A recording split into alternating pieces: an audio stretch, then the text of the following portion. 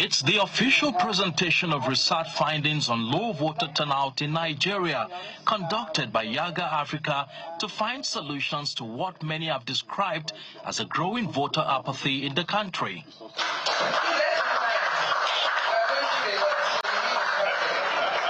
Executive Director of Yiaga Africa sets the ball rolling, drawing comparison of voter turnout among countries.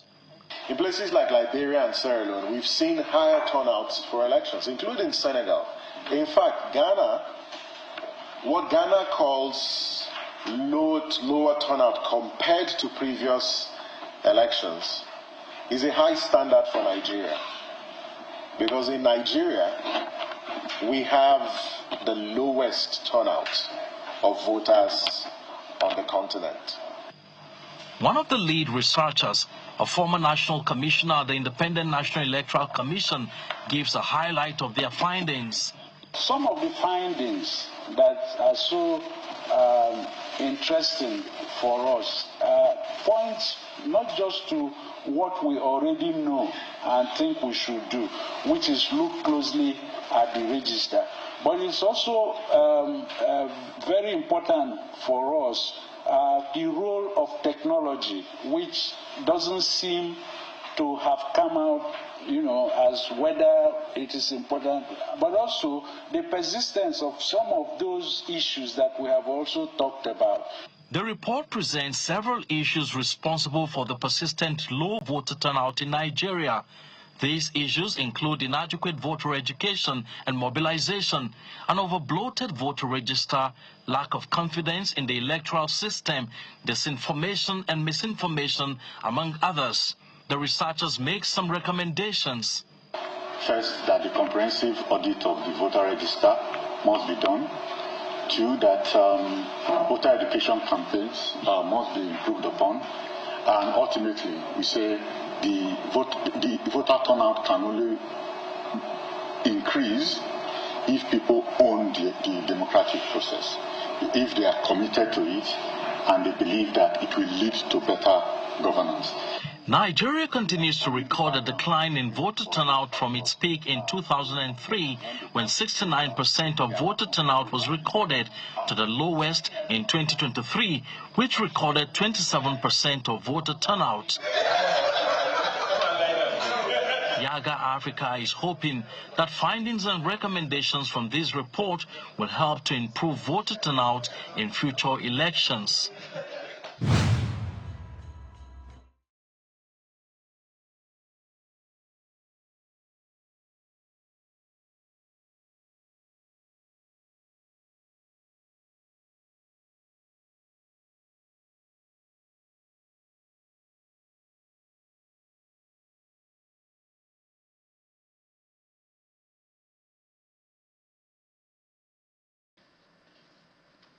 The President of the Senate, Godswill Akpabio, has made an appeal for urgent reforms in Nigeria's healthcare system, declaring the quality medical care is not a privilege, but a fundamental right of every Nigerian. Speaking at the public hearing of the Senate Committee on Secondary and Tertiary Health today of the establishment of national eye centers and orthopedic hospitals, Senator Akpabio emphasized the state's commitment in ensuring accessible and efficient healthcare services for all citizens. In his address through the Deputy Senate Leader, Senator Oyelola Ashiru, the Senate President lamented the current state of the nation's healthcare system, describing it as a failure that we must refuse to accept.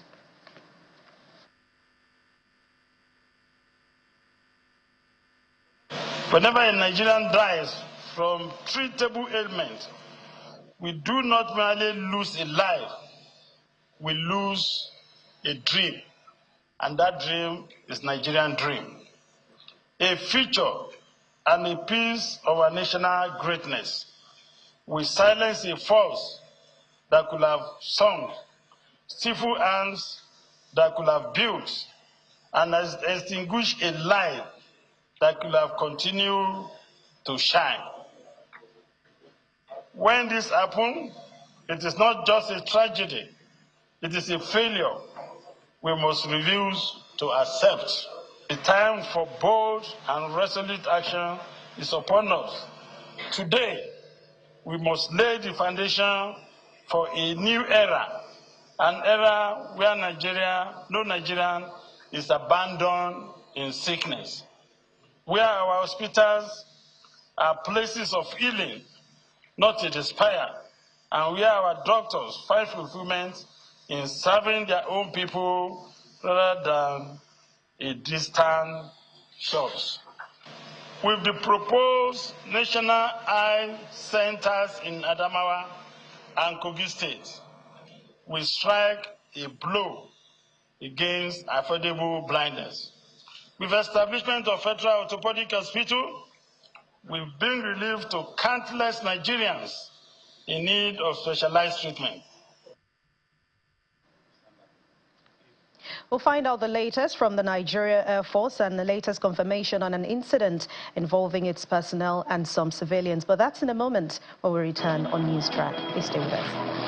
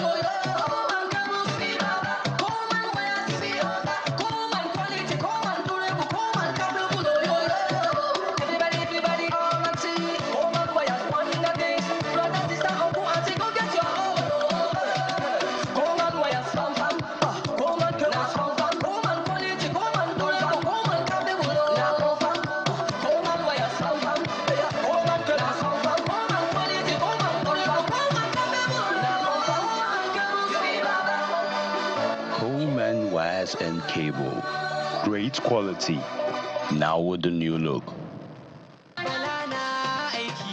The Bauchi State Ministry for Cooperative, Small and Medium Enterprises Development cordially invites the public to the official launch and distribution of ICT enhancement facilities to 7,000 beneficiaries in Bauchi State under the Nigeria Community Action for Resilience and Economic Stimulus (NG Cares) Bauchi Cares Result Area 3 Micro and Small Enterprises Initiative. The distribution ceremony will be performed by His Excellency Senator Bala Abdul Qadir Mohammed, CON, FNIPR, Kauran Daular Usmania, the Executive Governor of Bauchi State. This event marks a transformative day for our small and medium enterprises, which are poised to flourish under the visionary leadership of His Excellency Senator Bala Mohammed. The ceremony is scheduled to hold on Friday, February 28, 2025. Time 2 p.m. Venue, Banquet Hall, Government House, Bauchi.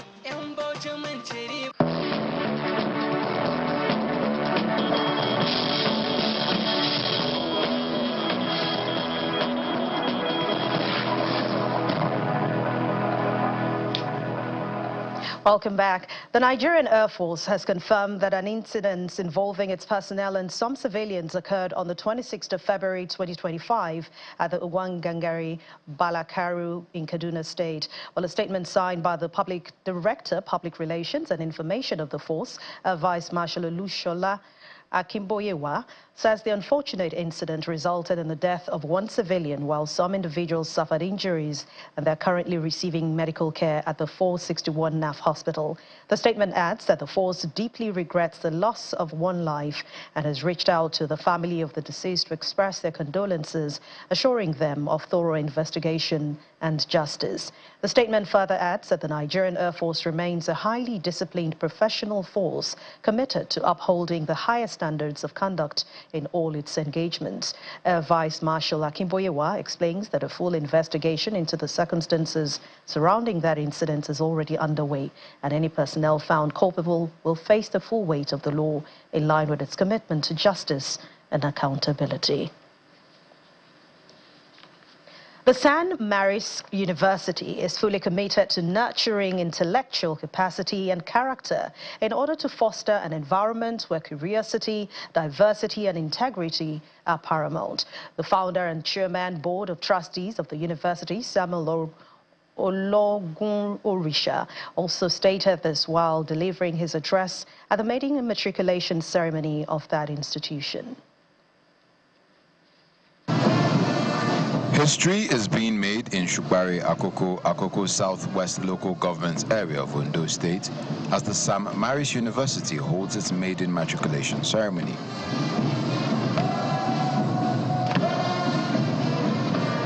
The university management, staff, students, dignitaries from all walks of life converge on the Faculty of Law auditorium of the university for the ceremony.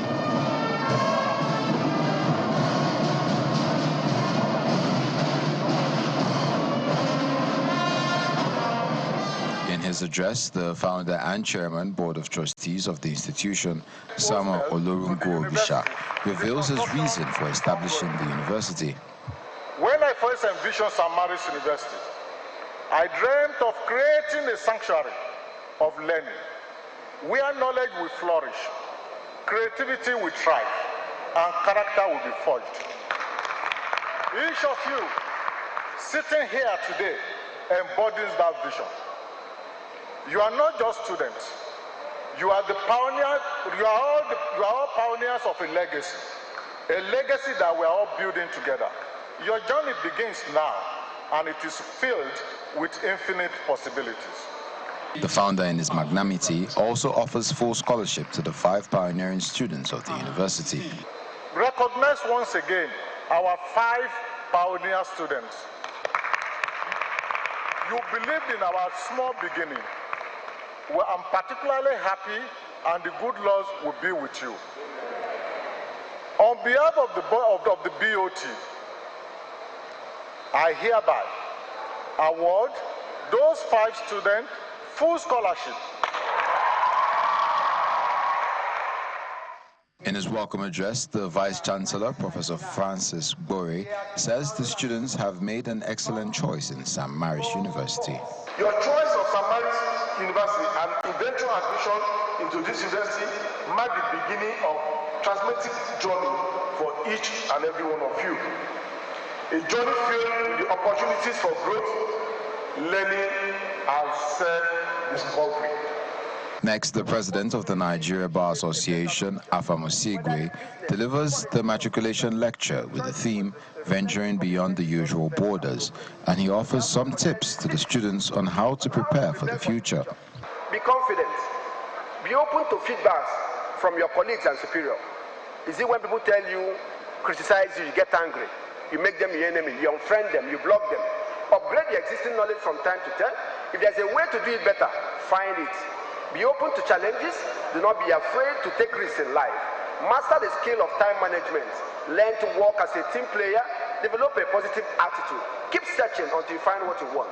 Over 300 students, both for the 2023-2024 and the 2024-2025 sessions, were matriculated in the maiden ceremony. The department, your own department.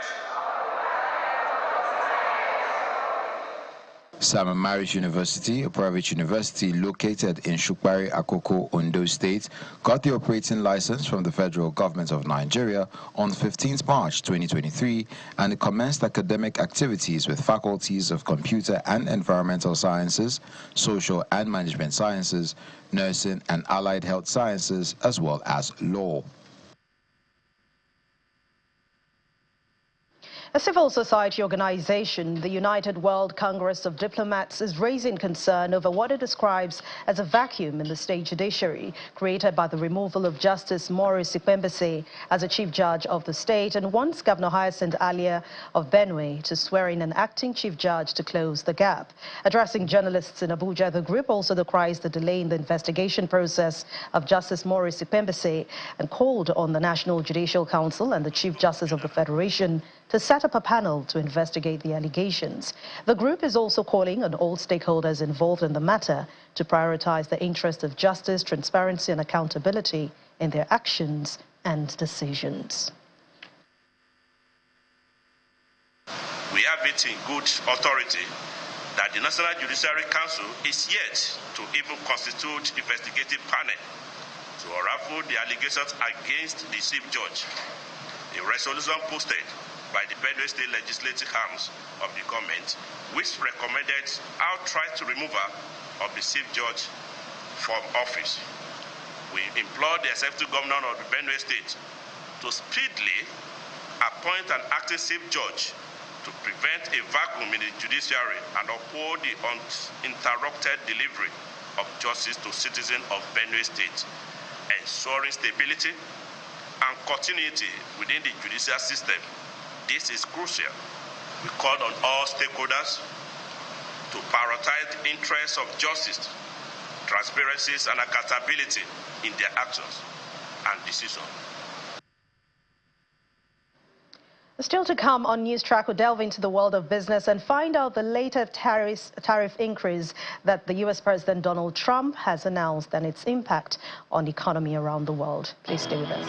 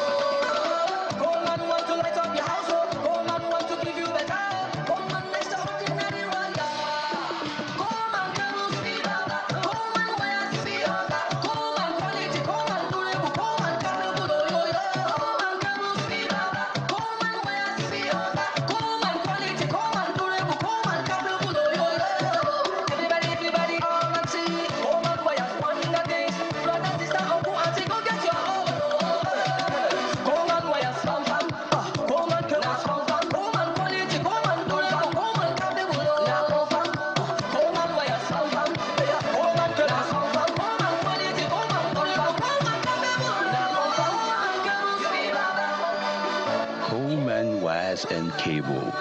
Great quality. Now with the new look.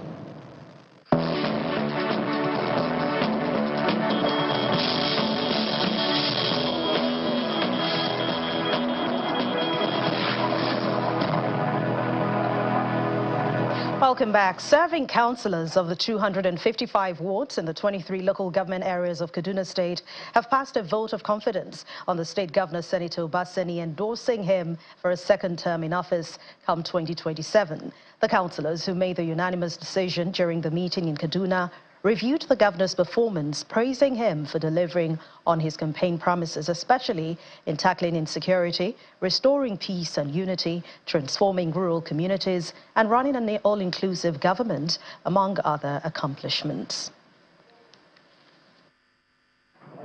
It's a routine meeting of councillors from the 255 wards in the 23 local government areas of Kaduna State.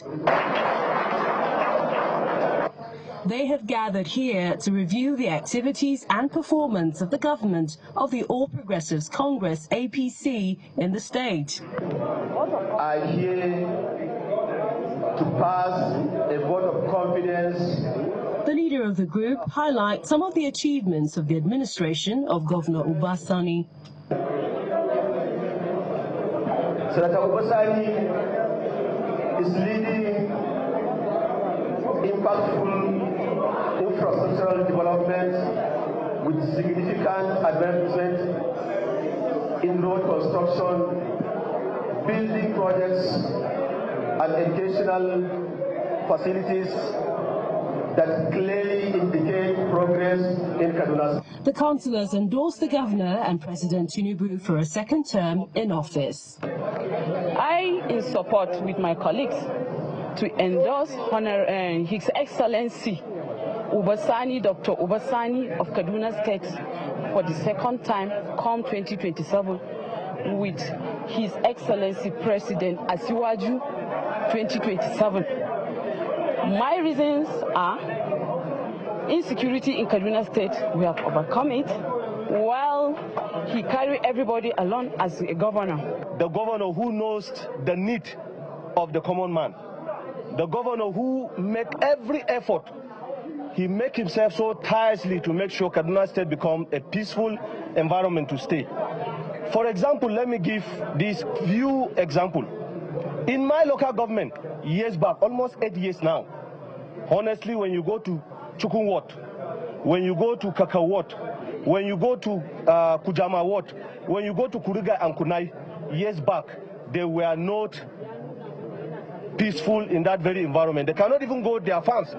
Some have even defected back to the city because their houses is no longer a place to stay. The councillors are promising to mobilise grassroots support for Governor Sani ahead of the 2027 election.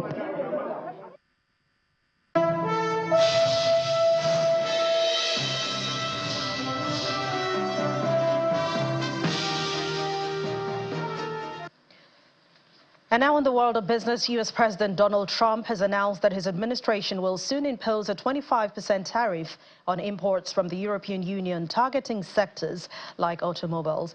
Speaking during his first cabinet meeting, Mr. Trump accused the EU of unfair trade practices, stating in his words the EU was formed to screw the United States.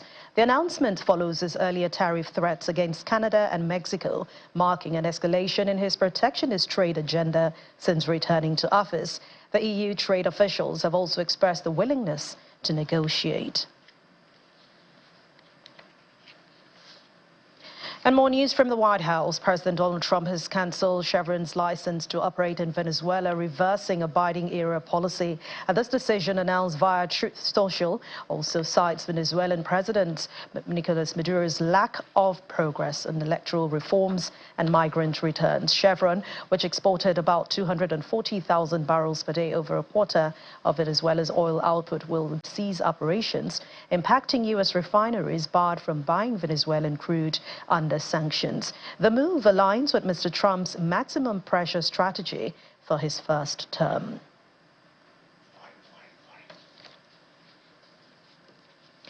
Remaining outside our shores but away from business, gunfire and explosions have ripped through a rally held by rebel leaders in a city they've recently captured in the Eastern Democratic Republic of Congo. Eyewitnesses at that scene saw chaotic scenes with bodies on the streets after the crowd fled the rally in Bukavu. That's the second biggest city in the east. Well, the number of casualties have not been confirmed, but AFP news agency has quoted a hospital source as saying that at least 11 people were killed and 60 more have been wounded.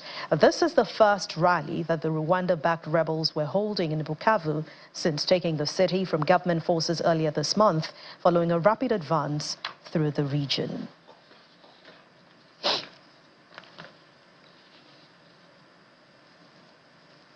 And back home, are you wondering if it's possible to have a radio station that serves good music and information on new products, business insights, and of course the latest trend in innovation and technology? Well, Conga FM, which recently made its debut on the airwaves at 103.7 FM, provides the answer to your question. Broadcasting from Lagos and streaming globally via congafm.com. The station is setting new standards in radio broadcasting. The major highlight on the station is its Shop on Radio, which is a partnership with Conga.com, which started on February the 24th, 2025. This feature lets listeners buy products live on air without heavy internet use, offering exclusive discounts and same-day delivery right here in Lagos. The head of Conga FM, Ifeoma Ajimobi, says the initiative integrates commerce with entertainment, transforming how Africans shop via radio. Powered by AI technology, Conga FM is already praised for its professionalism, unique content, and impact-driven approach, featuring gospel sessions, discussions, and hit music. Again, Conga FM is 103.7 FM. And that's News Track this hour. Thank you so much for watching. I'm Anne Nwawado. Please join us later at 10 for a compilation of news and reports. Good evening.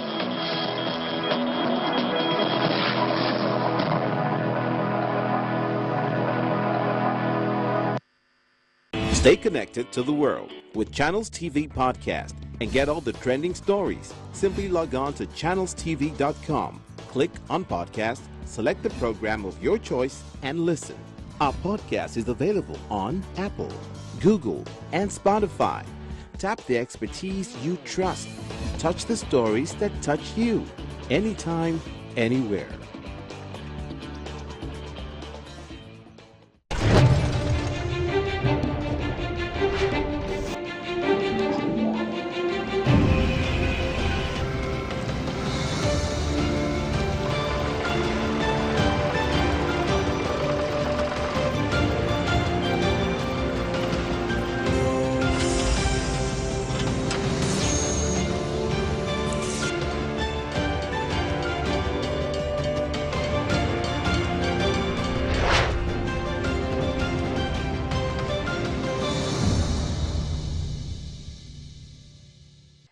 time for BOI Weekly on Channels Television, a program that gives you insights into how the Bank of Industry is oiling the wheels of Nigeria's industrial and economic progress.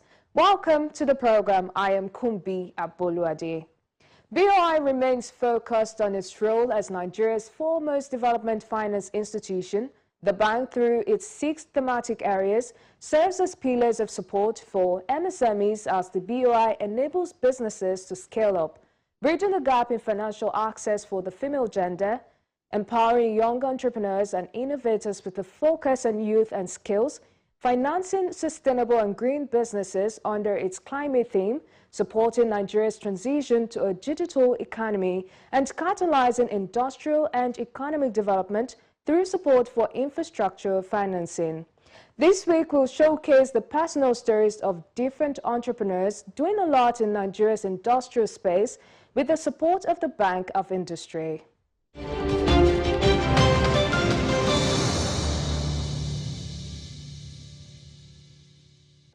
Let's take you to Jaba Mokwa Road in Mokwa local government area of Niger State, Nigeria's north central region, where Yiaga Rice Mill is producing quality rice as well as creating job opportunities. Yiaga Rice Mill, situated in Mokwa local government area of Niger State. Established in 2019, the mill has the capacity to process about 200,000 metric tons of paddy rice per year.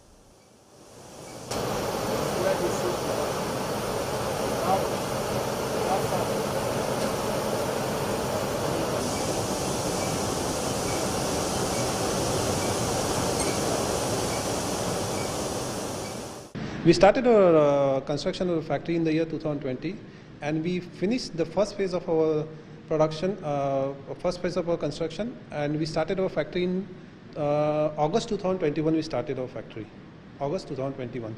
So it's been almost 3 years since we started our factory. If you see the Nigerian market, there's a gap between the demand and supply of rice. So we saw that an opportunity, and we captured that opportunity, and we set up a Yiaga Rice Mill.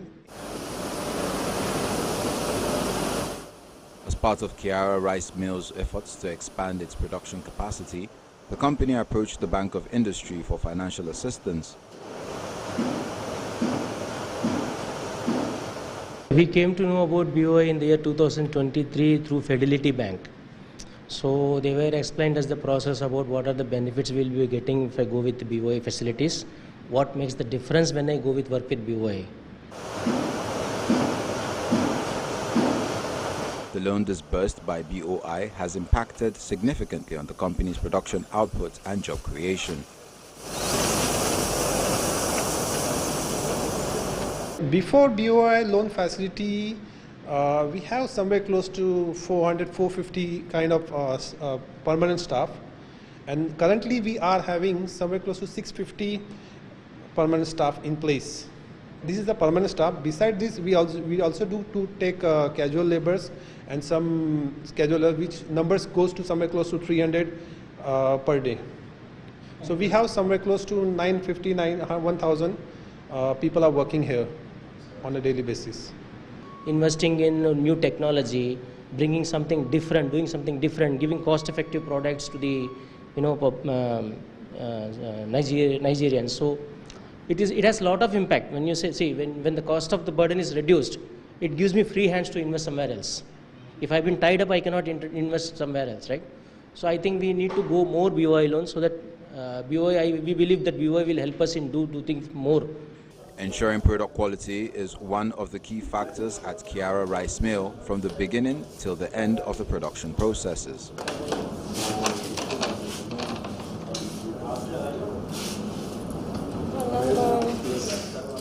Milling intake is a pit where we drop the paddy. That pit, then from that pit, there was what we call elevator. Elevator takes the paddy from the pit. It takes the paddy from the pit and it takes it to the machine that cleans it. Because most of the paddy are coming with chaff, dust, stones, so those things we need to clean first before we can take for the first stage of the process.